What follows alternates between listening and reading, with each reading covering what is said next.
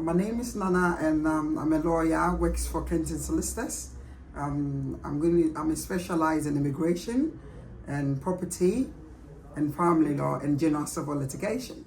However, today I'm going to take a specific area in immigration law. Many people come here on spouse visas. Yes. Can you explain our viewers that what are the requirements for spouse visas? What is the procedure to apply, please?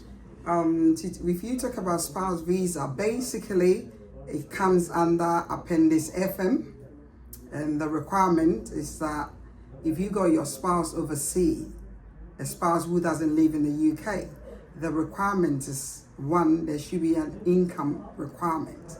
There is an accommodation, and the income requirement, depending on the number of children or the number of people that you join in your spouse. So basically, let's start with the one spouse.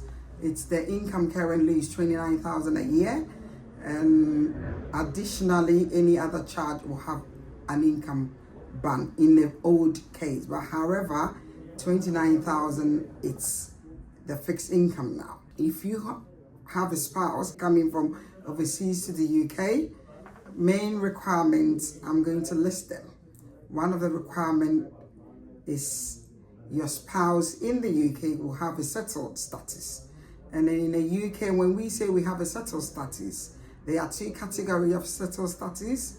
One is people with indefinite leave to remain in the UK, and other one is people under the UE settlement scheme with indefinite leave to remain.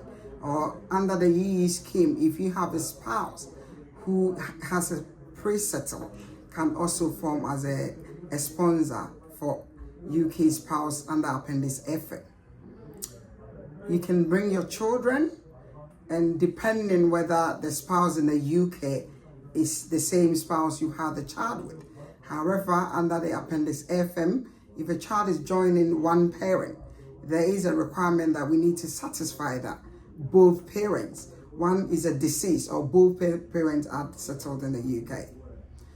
Also, if you have other spouse coming from other jurisdiction, the income ban could be a spouse that are already working and their income is recognized, i.e. if you have a spouse that lives outside UK but works for the Foreign and Commonwealth Office, meaning work for UK government, whether the spouse is overseas, their income still will be recognized as if they were working for an employer in the UK.